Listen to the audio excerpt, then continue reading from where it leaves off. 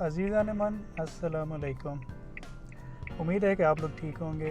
ये वीडियो मैं किसी की फरमाइश पे बना रहा हूँ, फरमाइश पे भी, और किसी ने मुझे बहुत पहले चैलेंज किया था। अच्छा, चैलेंज ये था कि मुझे किसी ने कहा कि जी इमरान भाई, आप ना अपनी ज़बान, जो झंग की ज़बान है, उसमें आप एक वीडियो बनाएं। मैंने कहा ठीक है जी, मैं बनाता हूँ। तो ये इसके बाद मैं आपको एक अपनी ज़बान, जो कि झंगोचड़ जिसे कहते हैं, उसमें मैं आपको एक लतीफ़ा सुनाऊंगा।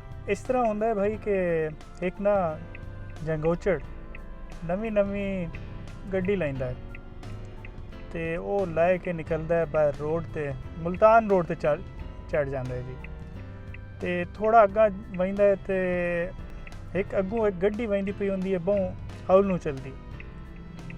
ते ओनू वेख के आदा है कि वेख यार, चलावनी आंदी नहीं, ते गड्डी लै के आ गया रोड ते। थोड़ा अग्गा वहींदा है तो नालों एक गड्डी बहु स्पीड नाल गुजरदी है।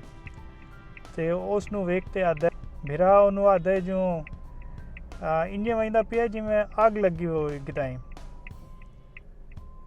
ते थोड़ा अग्गा वहींदा है तो एक गड्डी वहींदी पई होंदी है, उस स्पीड ते जिस स्पीड ते वो आप चलेंदा पिया होंदा है।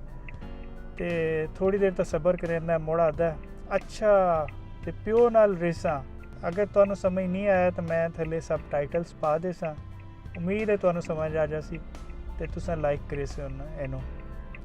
ते तुहाडी अगर कोई फरमाइश या कोई चैलेंज होवे तो मैनू दसो, मैं इंशाल्लाह उस ते वीडियो ज़रूर बनावांगा।